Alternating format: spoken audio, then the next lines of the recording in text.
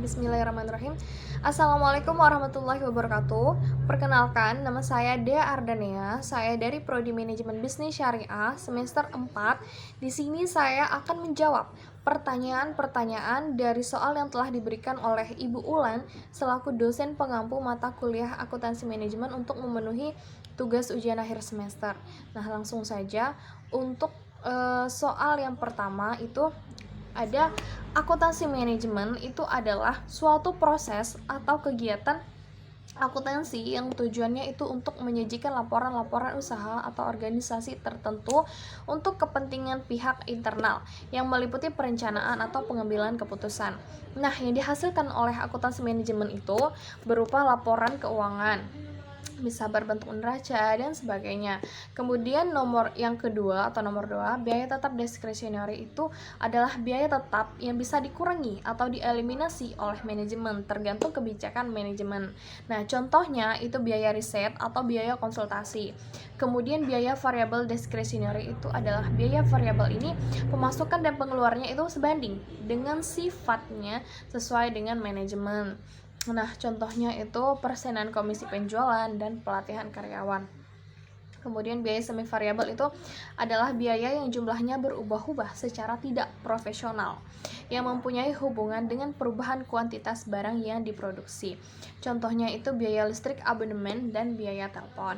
Nah, dan yang ketiga, HPP atau harga pokok produksi itu merupakan jumlah dari biaya-biaya yang dikeluarkan mulai pada saat pengadaan bahan baku hingga saat pada proses produk yang siap dijual. Dengan alasan mengapa perusahaan harus memperhitungkan harga pokok produk? Karena dengan menentukan HPP, maka perusahaan itu akan mengetahui biaya produksi yang akan dikeluarkan dan perusahaan itu menjadi tahu berapa sih nilai jual yang sesuai dengan biaya produksi yang dikeluarkan. Kemudian yang keempat, full costing itu merupakan metode penentuan harga pokok produk yang memperhitungkan semua unsur pokok produk ke dalam harga pokok produk yang terdiri dari bahan baku, biaya TKL, biaya overhead pabrik, baik yang berlaku variabel maupun tetap.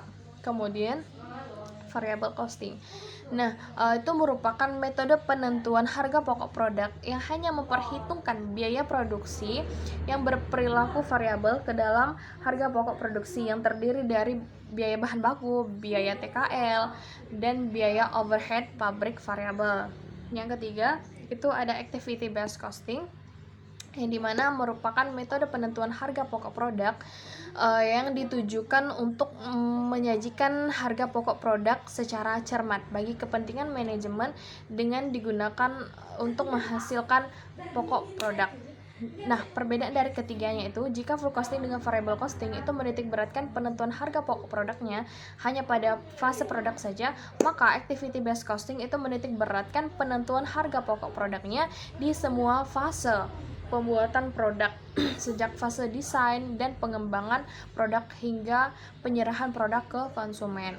Kemudian nomor 5, manfaat penerapan ABC activity based costing itu yang pertama sebagai penentu harga pokok produk yang lebih akurat. Kemudian yang kedua, meningkatkan mutu pembuatan keputusan. Kemudian yang ketiga, itu menyempurnakan kemampuan yang lebih baik dalam mengelola aktivitas yang melalui penyempurnaan yang berkesinambungan. Kemudian tahap-tahap penerapannya, yang pertama itu mengidentifikasi biaya sumber dan aktivitas. Kemudian yang kedua itu membebankan biaya sumber daya ke aktivitas. Kemudian yang ketiga itu membebankan biaya ke objek biaya. Nah, kemudian nomor 6 itu break even point atau BEP. Nah, itu merupakan kondisi ketika pendapatan sebuah perusahaan sama dengan modal yang dikeluarkan. Nah, akuntansi sendiri itu menyebut BEP dengan titik impas karena di sini perusahaan itu tidak mengalami keuntungan maupun kerugian. Nah, tujuan dari analisis titik impas ini adalah untuk mengetahui tingkat aktivitas di mana pendapatan aktivitas itu sama dengan semua jumlah biaya variabel dengan biaya tetapnya. Nah, bagaimana cara menghitung BEP? Itu terdapat dua cara metode. Yang pertama menggunakan metode matematika, yang dimana penjualan dikurang dengan jumlah biaya sama dengan laba bersih, atau penjualan dikurang biaya variabel dikurang biaya tetap sama dengan laba bersih, atau penjualan sama dengan biaya variabel ditambah biaya tetap kemudian ditambah dengan laba bersih. Nah, untuk metode kontribusi unitnya itu terdapat dua.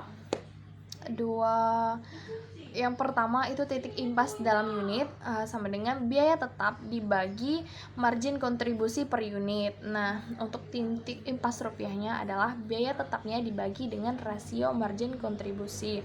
Nah, untuk mencari rumus kontribusi margin per unitnya itu harga jual per unit dikurang dengan biaya jual per unit. Nah, untuk rumus rasio margin kontribusinya yaitu 1 dikurang dengan biaya variabel per unit produk dibagi dengan harga jual per unit produk. Kemudian yang ketujuh itu adalah korelasi antara kelangsungan hidup dan laba maksimum terhadap penetapan harga jual, yaitu perusahaan dapat mengejar kelangsungan hidup sebagai tujuan utamanya jika terjadi kelebihan kapasitas persaingan yang sengit atau keinginan konsumen yang berubah-ubah. Karena kelangsungan hidup itu tujuan dari jangka pendek. Nah, kemudian nomor 8, faktor internal dan eksternalnya.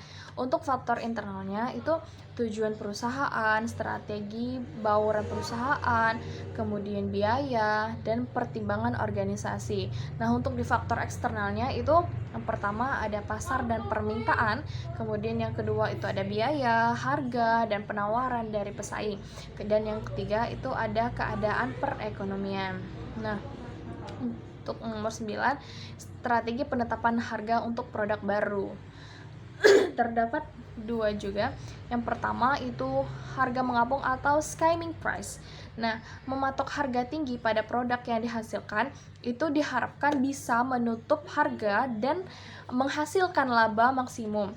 Pendekatan ini itu akan tepat digunakan pada perusahaan yang menghasilkan produk dengan minim pesaing. Nah, skimming itu bisa membatasi permintaan konsumen sampai perusahaan siap memproduksi produk secara massal. Kemudian strategi yang kedua adalah harga penetrasi. Nah, harga ini adalah mematok harga yang rendah untuk menciptakan permintaan yang banyak dari konsumen. Strategi ini itu diterapkan untuk perusahaan yang menjual barang atau jasa yang tidak mempunyai nilai simbolis tinggi atau pasaran. Nah, kemudian nomor 10, sebagai alat manajemen. Kemudian anggaran membantu manajemen dalam menjalankan fungsi-fungsi perencanaan, koordinasi, dan pengendalian. Nah, anggaran merupakan alat yang mendukung efektivitas perencanaan jangka pendek dan pengendalian organisasi. Kemudian nomor 11 itu ada metode market price atau harga pasar, yang dimana pertama ada metode harga pokok, yang kedua ada metode menegosiasi, yang ketiga ada metode koordinasi. Nah, nomor 12, nah anggaran itu yang pertama ada anggaran penjualan, yang dimana anggaran penjualan adalah suatu anggaran yang dirinci dan diteliti melalui penjualan perusahaan di masa depan, yang di dalamnya berisi tentang rencana, jenis-jenis barang, harga, jumlah barang, waktu, serta tempat penjualan barang tersebut. Kemudian anggaran produksi. Jenis anggaran produksi adalah suatu anggaran yang dibuat untuk satu periode anggaran, di mana anggaran ini membuat rencana-rencana unit perusahaan. Kemudian anggaran biaya bahan baku. Nah, jenis anggaran biaya bahan baku itu merupakan anggaran yang sangat diperlukan dalam berjalannya proses produksi. Nah, kemudian anggaran tenaga kerja langsung. Tujuan TKL itu digunakan untuk mendapatkan menaksir biaya tenaga kerja selama periode anggaran, serta dijadikan sebagai acuan dalam pembuatan anggaran kas dan laba rugi. Kemudian anggaran overhead pabrik. Nah, anggaran ini itu digunakan untuk membuat estimasi biaya overhead pabrik dalam periode waktu tertentu. Kemudian anggaran persediaan. Nah, anggaran ini memuat tentang persediaan perusahaan dalam periode waktu tertentu. Kemudian anggaran biaya produksi. Nah, anggaran ini itu terdiri dari anggaran biaya pemasaran dan anggaran biaya administrasi serta umum. Kemudian yang terakhir, soal nomor 13. Nah, sistem manajemen itu terbagi menjadi dua. Yang pertama, sistem manajemen strategi dalam manajemen tradisional, yaitu meliputi lebih memfokuskan dari sisi keuangannya saja dan tidak koheren. Kemudian sistem manajemen strategi dalam manajemen kontemporer. Nah, itu mencakup semua sisi baik keuangan, pelanggan, proses, serta pembelajaran dan pertumbuhan.